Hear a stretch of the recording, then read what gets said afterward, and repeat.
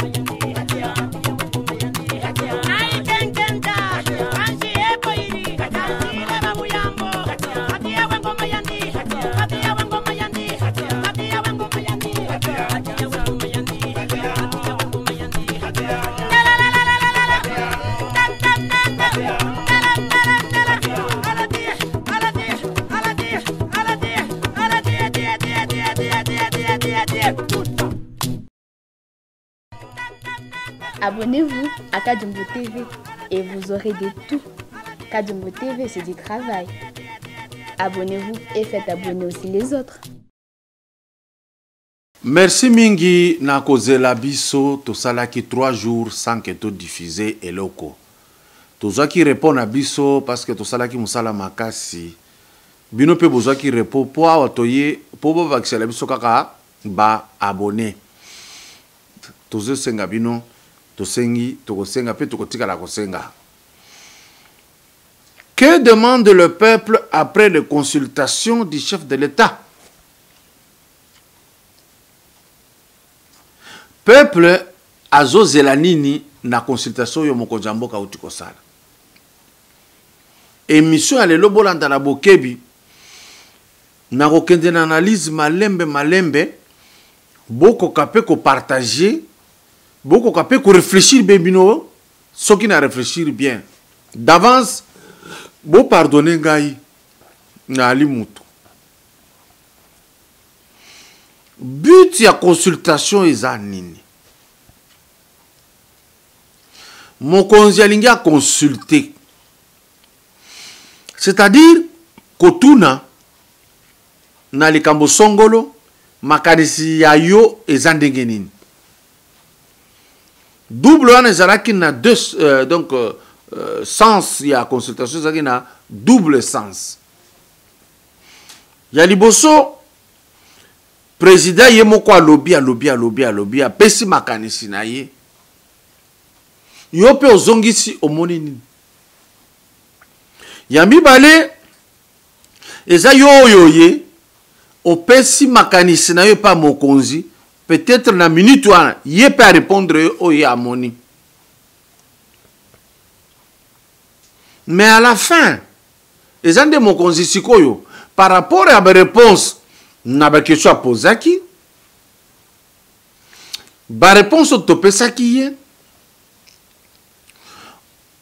ou par rapport na ba problème topesaki ye mokonzi ya mboka sikoyo nde ako répondre.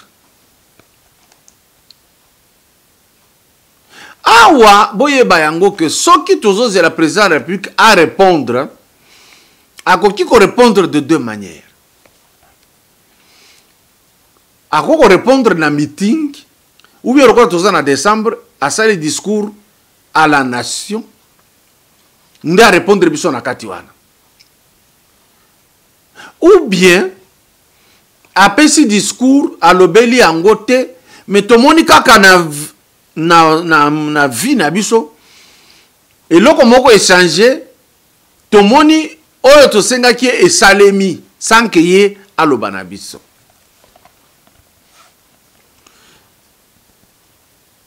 Maintenant nani aponaki bato oyo bayaki kosolola na mokonzi? Je suis en train de faire une analyse seulement. Nayebi te nani a décidaki que Kingandi na Songolo Pakalande bakokende. Mais na makanisi nanga soki nga nazalaka batuni ngai tokosala ndenge nini? Eloko liboso nalingaki nayebisa mokonzi ya mboka. Benga nanu bato yo za na bango na assurance. Bato yo babundaka pona yo pona bokonzo yo zui pona mboka. Osololi nanu na bango parce que bango baza favorable na yo. Bango babundelaka yo. Bango babundelaka ekolo. Oyoki nanu bato wana avant. Pour quelle raison? 1. Ba sentir que olingi bango. Na musala bazo sala. 2. Oyoka pe bango ande ore oyo balobaka. Est-ce que bazana mususu balobaka te? Oyo babomba ba ifole ba yebisa yo na nkuku. Oui. Mokonzi abengaki pe batu mususu ya ndenge wana. Est-ce que sololaki na bango na nkuku? Parce que makamu mususu tango totondi yozo lukato loba tokoloba yango te. Parce que na koloba makamu mutu mususu akolubona que na fundi eloko tel. To suppose que bato yo fandi na bango mokonzi ya moko po yoka batu. Secret moko ezali ezoko toucher muntu parmi ba ofandi la bango. Muntu yo bengi po aloba akoloba te. Parce que aboyi que muntu wana yeba ke ye muntu afundi. Parce que na kati ya bokonzi ba ennemi bazala kati na cercle ya liboso mokonzi aza kofanda. D'où na consultation mususu elengi nango ezali ya ke mokonzi abengi muntu wana ayena bato ebele te po aloba aza ye moko alobi. Bato wana eza bato yo moni bato ya confiance, bato yo baza prêt baza ko se sacrifier pour na mboka et puis pour na yo. Est-ce que mokonzi mboka salaki yango? Toyebi te. Pourquoi ko sala yango nécessairement? Parce que ba wana baza bato ya confiance na yo, batela confiance oyo basala yo. Ko solo na bango, ko témoigner bango de l'amour, bato wana po ba trahir les apasi. Deuxième équipe, ezali bato oyo ba sepelaka na mokonzi te abengi bango ba solola po ayeba pourquoi bazoboya ye.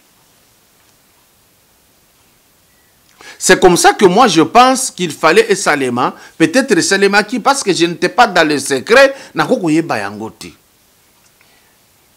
Nazo pe sakara makanisi. Et loko esalaka erreur mingi na société, eza ya ko négliger bato balingi yo na bosolo, yo croire que le fait que balingi ngai bazala kaka wana basi balingi ngai eza garantie te. Bao balingi yo bao bunda po na yo, il faut ba mona na retour que oza ko s'intéresser na bango, ou na retour olingaka pe bango na retour encourager bato yo.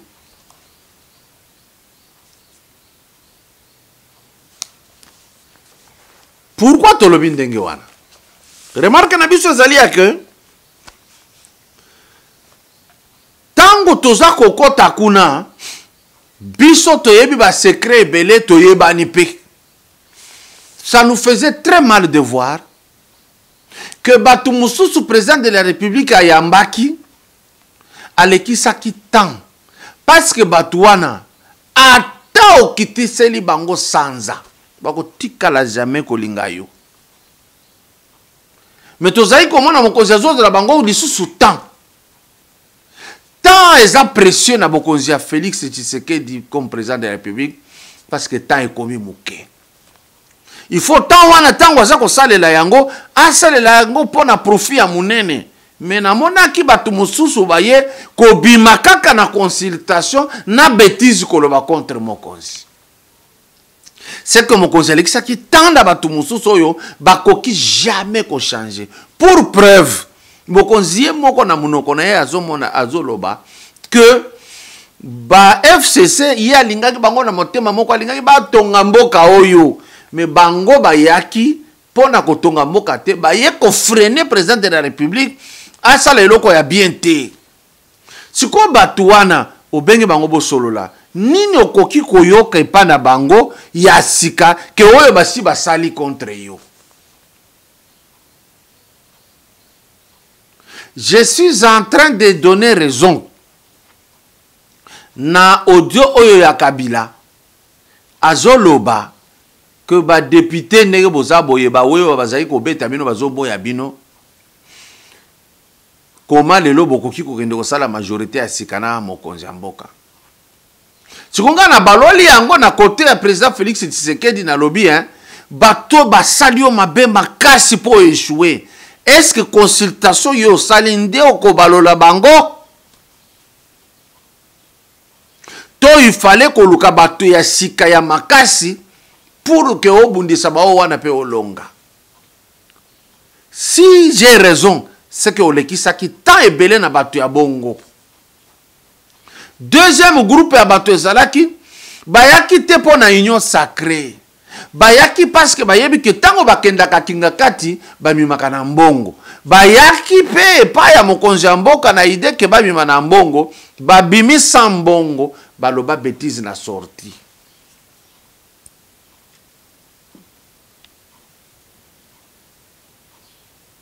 Bamususu bayaki na consultation, ce n'est pas parce que balingi président de la République, ce n'est pas parce que bazo croire na union sacrée, mais bayaki ba étudier.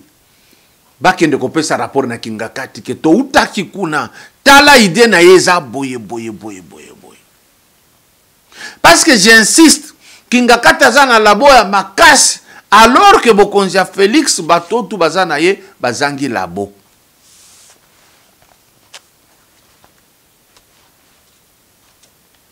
Maintenant, toza komi tuna. Peuple azozela nini? Peuple azozela que le président de la République aloba na munoko na ke ngai na FCC esili. Coalition esili. Wana peuple muto azoloba. So na lobi peuple, c'est que majorité à pays ici est boya FCC. Deuxième groupe, ezakaka FCC yemoko. Ye azozela mokonzi ya mboka loba to continuer na coalition po batika la kaka na position na bango ba faire échouer mokonzi ya mboka tiba kokoma 2023. Voilà pourquoi Kabila na audio na ye azoloba bo lâcher prise te. Prise za nini? Ndenge to koisaka ye to continuer ko koisa. Il est clair.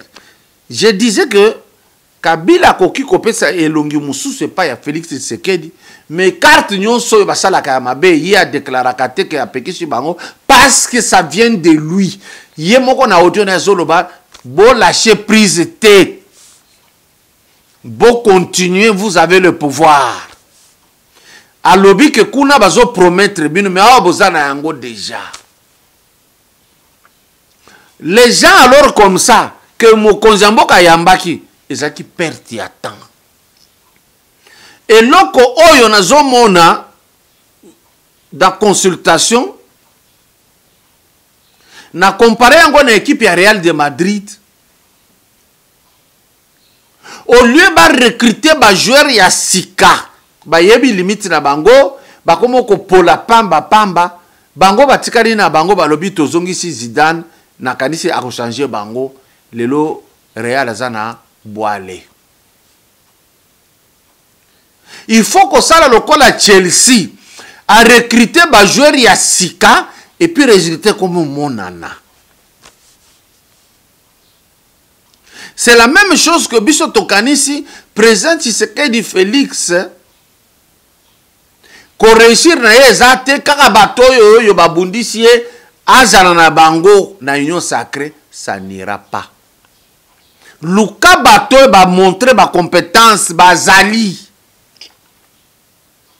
Na bao ya kalamuke bazali. Exemple ya Pamba. Vous êtes en face de quelqu'un qui vous complique la vie. Je cite Kabila. Mais prenez Mbemba qui est venu vous voir, ceux qui sont favorables, placez Mbemba en face de Moutoyo. Parce que Mbemba, quand il se dit à Saline à prison, bateau yonde bakoti sa yekuna. Placez Mbemba ceux qui est informateur. Akutana na bango. Ba Jean-Marc Kabundo ba FCC Zaï Koloba, baza mabe coalition eza bien mais Jean-Marc na Kabuya baza mabe. Yo pe président de la République ondimi olongoli bango na suivi à accord wana. Mais tant que l'on a est-ce que mon FCC va changer? Non. Donc, va faire subir quelque chose parce que mon que Jean-Marc Kabound na Auguste ba makasi. Tolobaka chaque jour en face ya FCC.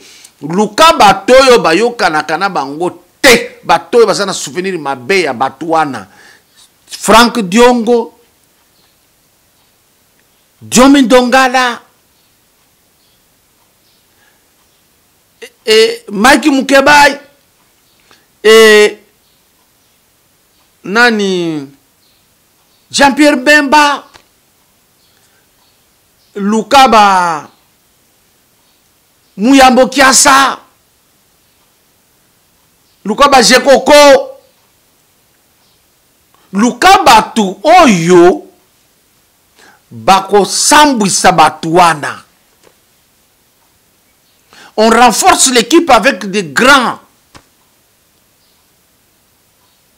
Vous avez des professeurs Mbata qui sont là. Vous avez les gens. Nous avons... Bon, en fait, ce n'est qu'une idée. Hein, pour montrer que les mêmes gens qui ont échoué ne peuvent pas réussir aujourd'hui. C'est une erreur.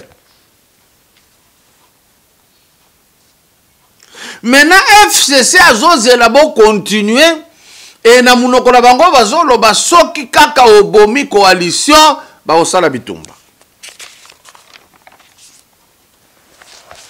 Maintenant, si comme mokonzi mboka oko annoncer que bokabwani po peuple a sepela, to oko annoncer que tozaka na bango po FCC a sepela. Ce n'est pas facile à prendre comme décision.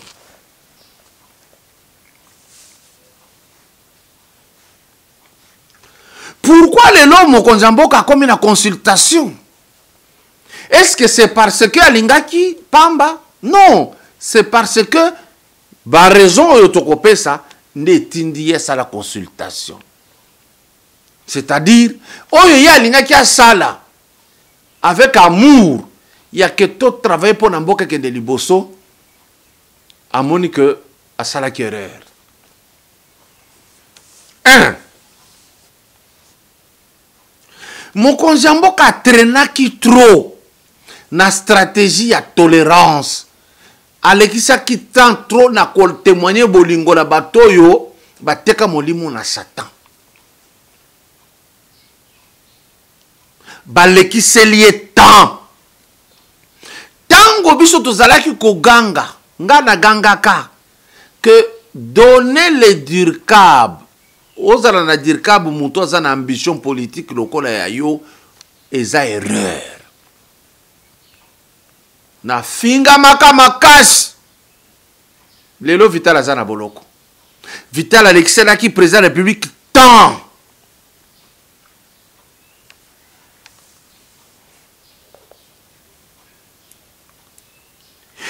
et loko mususu mokonzi mboka soki akomi lelo na consultation parce que ye moko abubebisaki temps na 1 azalaki kotolérer bêtise nyonso biso toyebisa kutu na émission na biso tolobi monsieur le président de la République ne gère pas la République avec la religion, ça n'ira pas. Tozaba chrétien biso tozana bolingo inutile. Le pays n'a pas besoin de ça. Il y a les lois qui sont déjà établies. Il y a la loi mère qui existe. Il y a le pouvoir public. Il y a le pouvoir judiciaire. Faites actionner. Tant yo, mokonzale qui na ko témoigner bolingo qui chrétien, le tindi na consultation. Batu ba kriye na mboka oyo. Kabwana na FCC, Kabwana na FCC, mais tout le monde qui me konzi mboka tiba comme kolia mesa moko na Kabila. Est-ce que yeba qui est bien? Ou bien aloba ki tolia kaka na rechange. Deuxième, batu bagangi na mboka oyo, mais c'est le président de la République, entourage na yo batebele ba osala musala te, mais mokonzi mboka sala ki neti ayoki te, a garder bango nde oyo komisi mokonzi mboka na consultation. De garder les gens qui vous font échouer pour montrer que yo zalaka fidèle na makambo bosololi. Or en politique, les accords se font et se défont. Mais mokonzi mboka linga qui a prouvé que hier zalaka bolingo makasi atika la kabona boy. Mais il ne l'a pas prouvé na bato babundeli réellement. Non, il ne l'a pas prouvé. J'ai des cas que je peux étaler, mais je ne peux pas. Na yebi basala kabien ya ke bato babundeli nga bango yo, bato baza confiance nga bango yo, na approcher bango, na entretenir bato yo, to tikala na même chaleur to bunda po to réussir. Mais na mona kineti, na entourage, et sali kaka no ba batu na biso. Là, il n'y a pas de problème. Ils ont commencé à s'intéresser aux gens qui ne peuvent pas changer.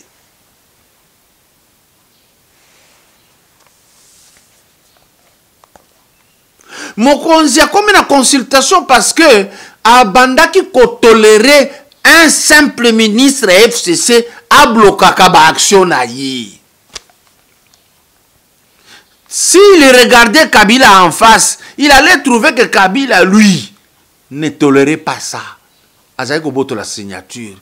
Mouzito azawa na ba boto la signature avec facilité.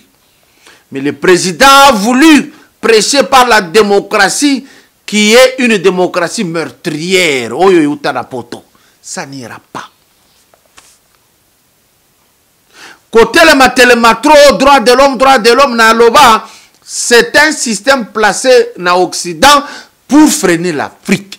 Parce que sans discipline coriace, sans punir, sans arrêter, sans amender, on ne peut rien faire. Yangona lobaki bolek satan akokoma bapano, toboyi kanyaka, toboyi lokuta, toboyi tribalisme, ça ne change rien tant que vous n'arrêterez personne, tant que vous ne punirez personne, il n'y aura rien du tout. Et j'insiste. Tolobaka na début tango batu babandi ko banga ko peta ba ko fongola ba girofar nanzela. Na ba premier mois ya président Félix Tshisekedi. To mona kanzela batu babandi ko tambola normalement. To kriya kamo konzi ba komo ko zongisa désordre, frapper. Il n'a pas frappé et ça a constitué tout ce désordre et l'entêtement est venu de là. Et bengisi lelo consultation. Or, il fallait qu'à la période tozoloba, à Kangamara Batu, à punir Batu, la crainte allait rester là-bas. Si nous rappelons ces choses, c'est parce que mon consommeur qui a eu ma décision après consultation et que a tikali kaka na système de non suivi à kozonga na même système, même problème. Une deuxième consultation sera de trop.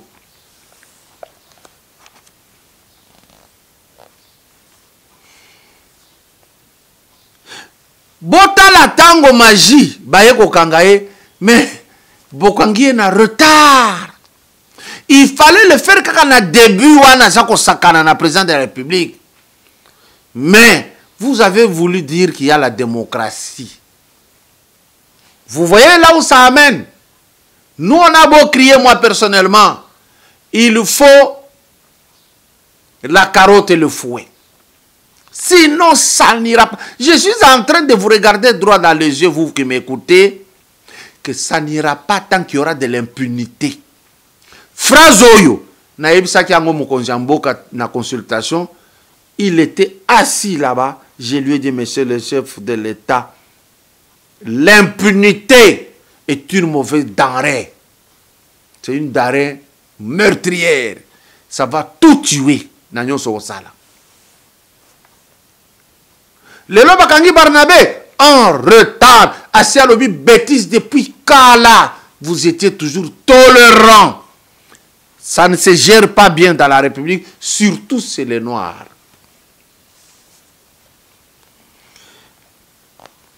Et non comme Moussoussou, bah entêtement Moussoussou est allé quelque part. Biso Tozo Ganga. De toutes les façons, on ne nous consulte pas. Tolobi. Batou Moussoussou bah comme il faut s'entêter parce que tout simplement, qu'est-ce que le président Félix fait?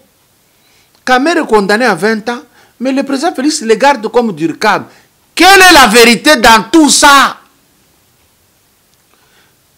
Tokoya koyoka sonité qu'un jour, baso préparé moral, toika Kamer libéré, et que tout le monde qui parlait mal contre lui, à côté Karanasoni, est-ce que ce n'est pas ce que le président de la République prépare? Parce que ça ne se conçoit pas un condamné, mais lui le garde comme son fonctionnaire. Et il est payé jusqu'aujourd'hui. Biloko Oyo et Pesa Moutou Makasi na ba Moussousou Ozomona ba c'est les gouli, ceux que c'est les gouli na Ajnewana. Il parle avec légèreté contre le chef de l'État. Parce que à mon moko makamoza ko sala na entourage na yo et pesi bango nzela. Oyo bazoloba contre le chef de l'État aujourd'hui, ils ne l'ont pas dit devant Kabila, mais tala âge à Kabila, tala quand même cursus à Kabila. Lorsque le temps est trop long, attends oyo ko sala résultat moko a bien, bazwakango la chaleur te. Parfois bako boudé ango. C'est ça le mal. Il faut savoir qu'on est en Afrique. L'homme noir marche très difficilement avec le conseil. Il marche avec le fouet. Les Belges l'avaient compris en Afrique centrale. Makamoumoussou, c'est so compliqué vie. Batoubaza commis tout jusqu'aujourd'hui. Quelle est la suite avec des dossiers Yuma? Kalev Moutonde, Chadari, suite des anines. Tant que ça sera le même système que Kabila Zalaki Nayango, Bako Bandana Loyenge, Neti Bazo menacé Moutou, et puis Bako Tikataye le Kabatuba Bo, ça n'est pas ici. Là, Batouba Koloba, le président Tshisekedi, c'est la même chose, c'est la continuité. Et ça va entêter des gens quelque part. Donc, quand on n'est pas prêt, il y a qu'à réussir, autant ne pas commencer. Comment on pouvait commencer Yuma et ne pas finir? Aujourd'hui, Yuma va voter et le sous-président a fait. Et vous êtes là, en train d'exister. Et ça se passe. Or, dans une politique, dans un pays, il y avait à influencer la FEC qui a connecté. C'est comme ça que ça s'est fait. Botika ko créé roue, et ça existait déjà. C'est inutile à vouloir témoigner bah amour mon koboye, ça n'ira pas. Ceux qui ont raté Lyon, Lyon y a raté Yoté. C'est comme ça que ça se passe. Vous les conseillers là autour du chef, vous n'avez jamais su ça. Ce que nous disons, vous l'avez jamais vécu.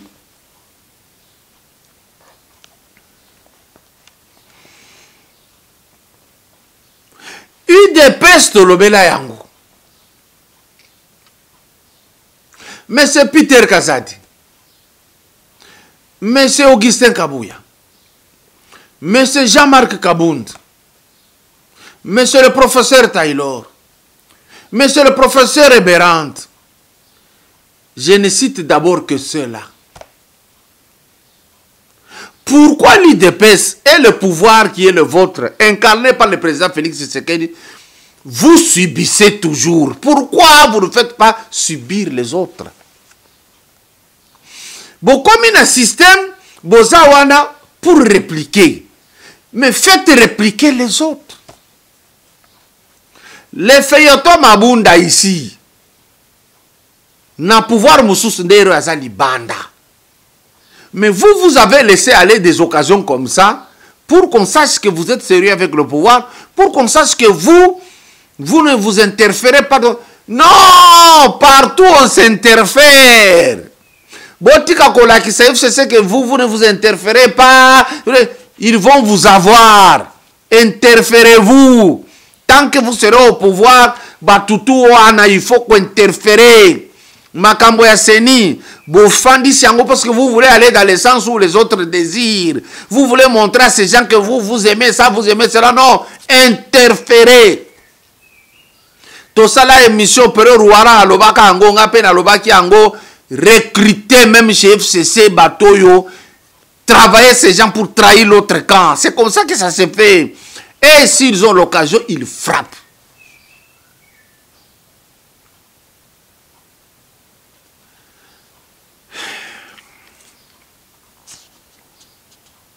Tout ceci est que vous n'avez pas un laboratoire d'études et de stratégie. C'est pourquoi vous êtes en train de subir. C'est pas ça. Vous n'allez pas gérer comme ça. C'est pas honorable.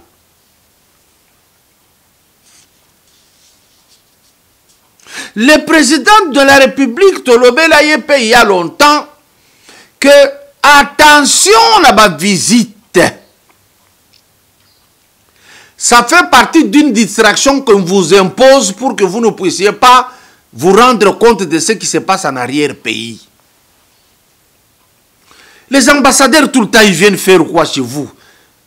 Vous ne pouvez pas qu'on cause même Yamousika ou bien Baye Olobibo Sorolana et Berante. Pourquoi j'ai dit ça? Lorsque Moutouassali société à construction, Bazui marché pour construire cité Mokoboye. Soki ba chef oyo ya construction ba kendaka kuna te, ba maçon ba koyiba ciment, ba koyiba mabende, ba koyiba ba tol, ba koyiba zelo, ba koyiba brique. Marché wana ekokufa. C'est la même chose. Mokonzi mboke faza la kanata ya kotambola ba chantier nyosa fungola. Mais bazozo est tant trop. À la 4 h du matin pour faire quoi? Ces gens viennent ici au causer. Vous causez quoi? Faites un calendrier. Le président ne reçoit que lundi, mardi, mercredi. C'est tout. Le reste, qu'est la République démocratique du Congo. La mission que vous avez, c'est pour la République démocratique du Congo. Vous êtes aujourd'hui le patron de l'ONU en Afrique centrale et de l'Union africaine en Afrique centrale. Quel est le profit depuis que vous êtes là? L'année prochaine, au Congo, président de l'Union africaine Mobimba. Le Congo profite quoi de la présence Wana? C'est ça que vous devez capitaliser. J'entre là-bas, servir d'abord la République démocratique du Congo. Parce que le Congo est subi une injustice qui est belle dans le monde. Yo, qu'est-ce qu'il faut faire? Et puis on me posait peu de questions. Quand le président de la République dans la vie, le président, le vice-président et l'Union africaine, comme président de l'Union africaine, attention à la montée en Dengewana et qu'on cacher quelque chose. Parce que pourquoi basali mbangu mbangu comme aboye, cause à la distraite na ba poste wana, balola poste wana esali la Congo. Et c'est très important. Visitez les catés. Parce que mon Kozamboka so bayebi que asala katuru ya ba chantier okomone komanda kotambola mbangu. Mon konzi kende kotala avenir sayo lelo okondimate ko ba usala nzela wana avant.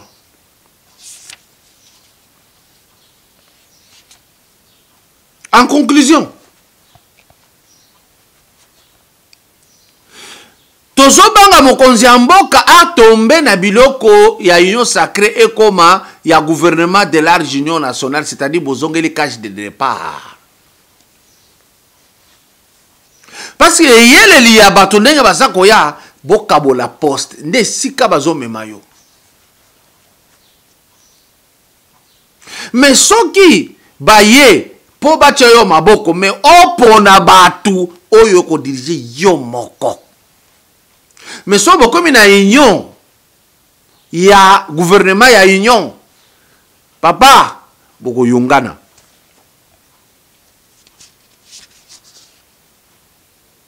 toza kobanga union sacrée oyo lingo sala comme blanchisserie politique ya batu nyonso bazalaki na FCC bondisi yo. Est-ce que vous croyez réellement na union sacrée ne bakoya changer?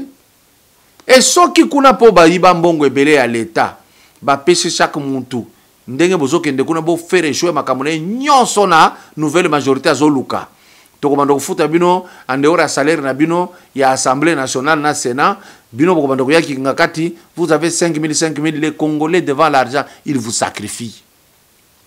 D'où réfléchissez 2 fois papa na biso ya mboka que union sacrée et koki kokoma union sacrilège parce que belé oyo yambaki na importance mingi ezali bato oyo basaleli yo musala te ezali bato oyo banyokola yo peut-être okanisi ozo changer bango na maloba ozoloba mais biso toza na cité eliloba eza mususu mingi balobi aolomba te tokendeki kuna Kabila soko kebo ozomema na mbongo yish kuna tokosala eloko te. D'où ces gens ici faire un gouvernement, les retrouver dedans, s'ils n'ont pas la corruption qu'ils ont toujours eu, vous en aurez pour votre compte, monsieur le chef de l'État.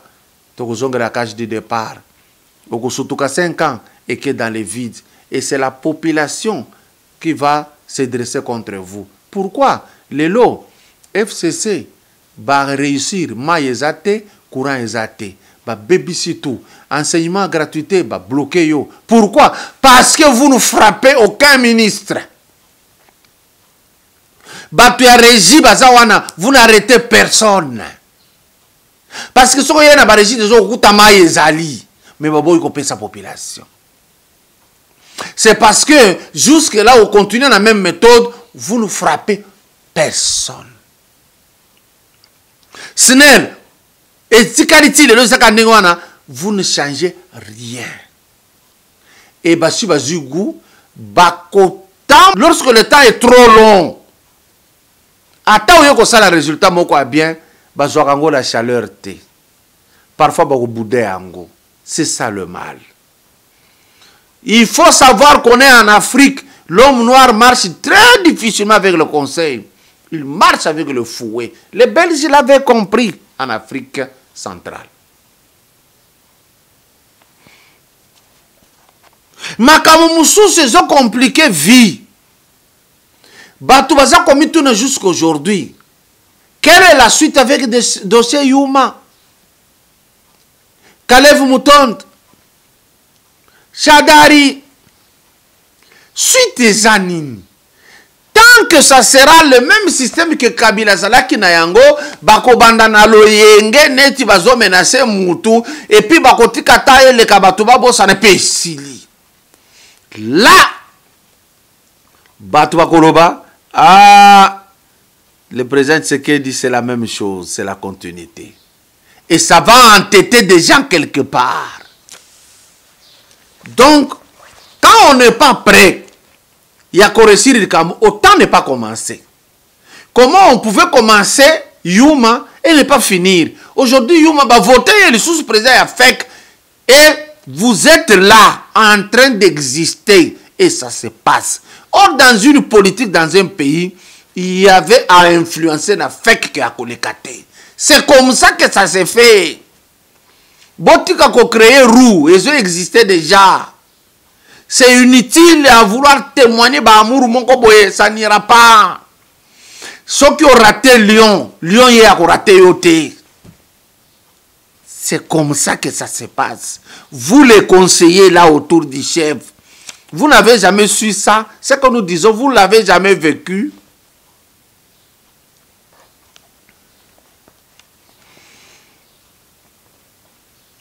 UDPS Tolobela Yango. Monsieur Peter Kazadi. Monsieur Augustin Kabouya. Monsieur Jean-Marc Kabound. Monsieur le professeur Taylor. Monsieur le professeur Eberand. Je ne cite d'abord que ceux-là.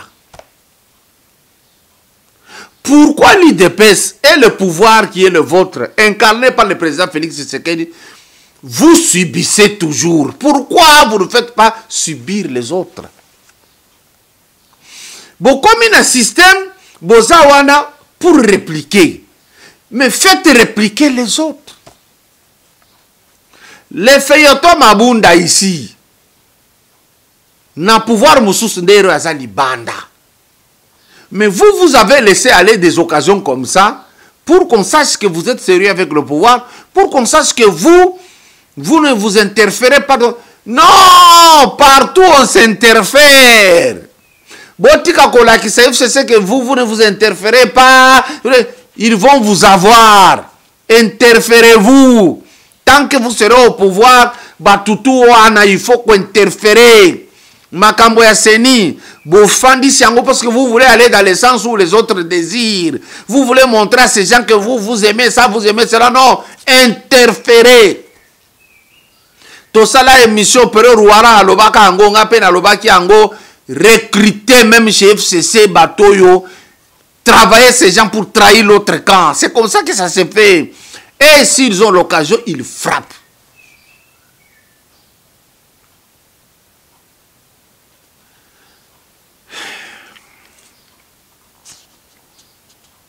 Tout ceci est là qui sait que vous n'avez pas un laboratoire d'études et de stratégie. C'est pourquoi vous êtes en train de subir. C'est pas ça. Vous n'allez pas gérer comme ça. C'est pas honorable.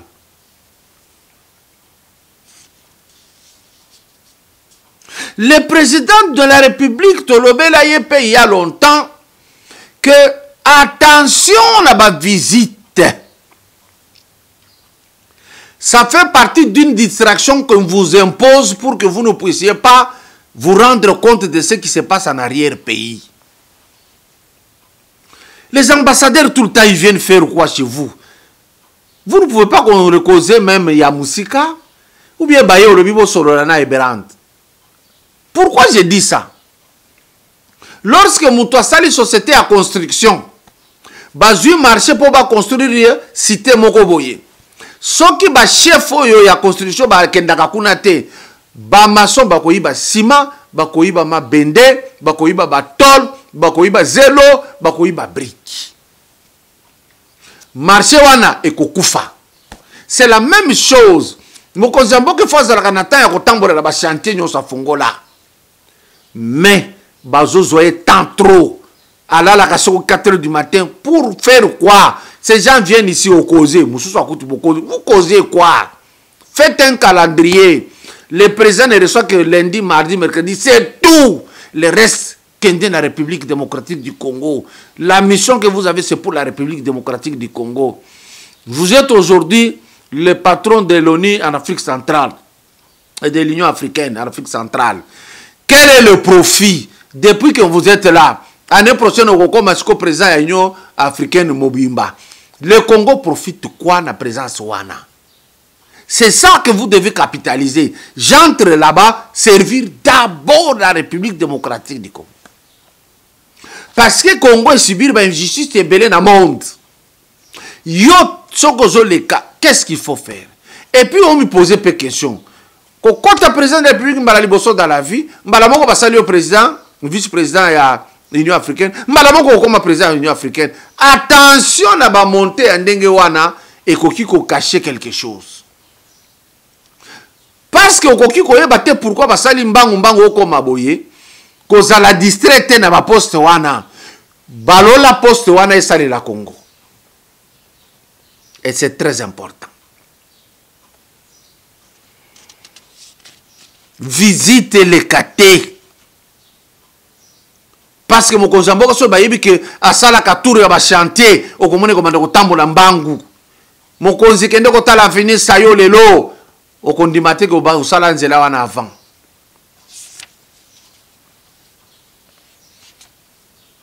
En conclusion, tozobanga mokonzi ya mboka atombe na biloko ya union sacrée et koma ya gouvernement de large union nationale, c'est-à-dire bozongeli cash de départ. parce que yele li ya bato ndenge baza koya bokabola poste nde sika bazomema yo. Mais soki baye po bacha yo maboko mais opona batu oyo ko diriger yo moko. Mais so bokomi na union ya gouvernement ya union papa boko yungana.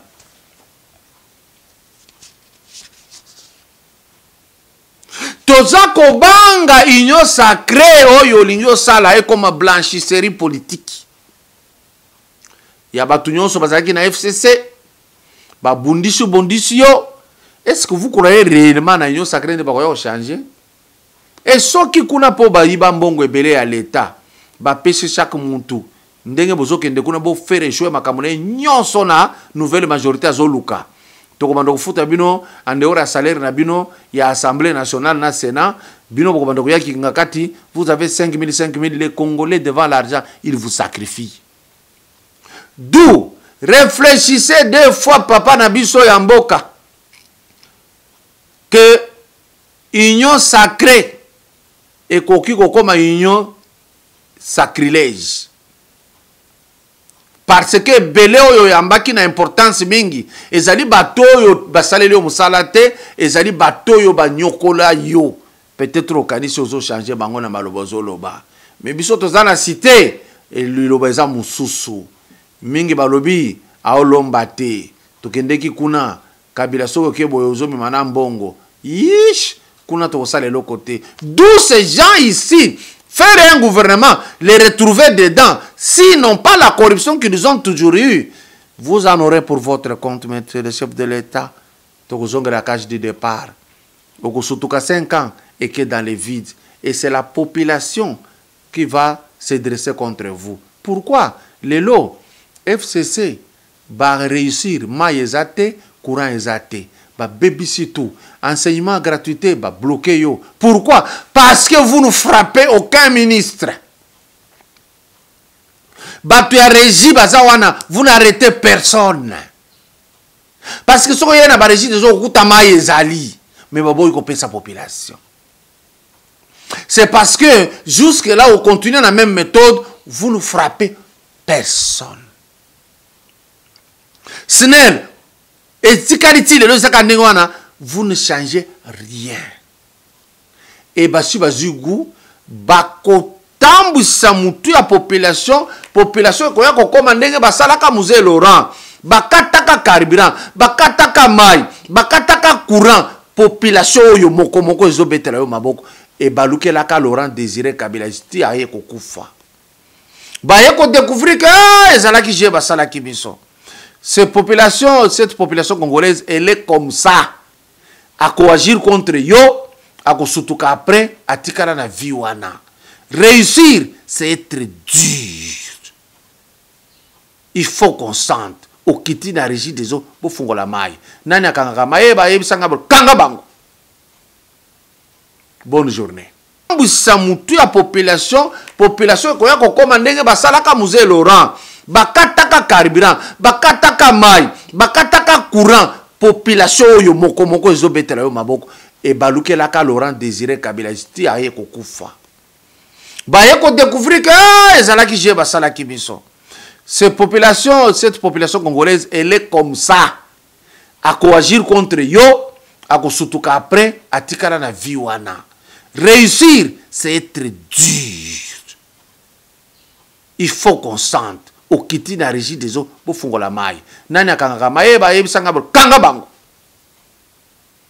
Bonne journée. Abonnez-vous à Kadjumbo TV et vous aurez de tout. Kadjumbo TV, c'est du travail. Abonnez-vous et faites abonner aussi les autres.